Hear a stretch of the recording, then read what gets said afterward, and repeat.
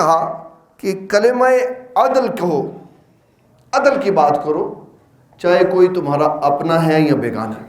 اولیاء اللہ عدل و انصاف کا ایک اعلیٰ ترین معیار ہوتا ہے کہ وہ کبھی بھی رشتہ دار، خاندان، تعلق داری کی وجہ سے عدل و انصاف کا دامن نہیں چھوڑتے۔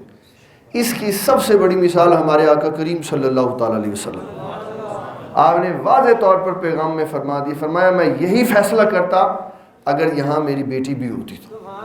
بتا دیا کہ انصاف اور عدل کا معیار کیا ہے جو ہمارے آقا کریم صلی اللہ تعالیٰ علیہ وسلم نے بیان فرمایا۔ اور جب بات کرنی ہے تو صحیح بات کرنی، یہ نہ ہو کہ محبت میں انداز اور ہو، غصے میں انسان آ جائے تو انداز اور، پھر گالی نکل رہی ہے، برا بلا کہا جا رہا، معیار ایک جیسا ہی ہونا چاہیے۔ حضرت عبداللہ بن عمر بن عاص رضی اللہ تعالیٰ، یہ امام بخاری رحمۃ اللہ علیہ کے نزدیک وہ پہلے بندے ہیں جو نبی صلی اللہ تعالیٰ علیہ وسلم کی احادیث کو لکھا کرتے تھے۔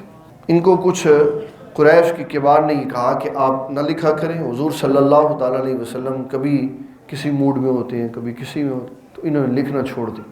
آقا کریم صلی اللہ تعالیٰ علیہ وسلم نے ان سے پوچھا کہ آپ احادیث لکھتے تھے، اب کیوں نہیں لکھتے؟ تو عرض کر دی حضور یہ معاملہ ہوا تو میں نے اس لیے چھوڑ دی۔ تو آقا کریم صلی اللہ علیہ وسلم نے اپنے رخ زیبا کی طرف اپنا ہاتھ کر کے منہ مبارک کی طرف اشارہ کر کے فرمایا قسم ہے اس رب کی جس نے مجھے پیدا کیا ہے، فرمایا اس منہ سے سچ کے علاوہ کوئی بات نہیں نکلتی، کوئی بات نہیں۔ فرمایا آپ لکھا کریں، آپ لکھا کریں۔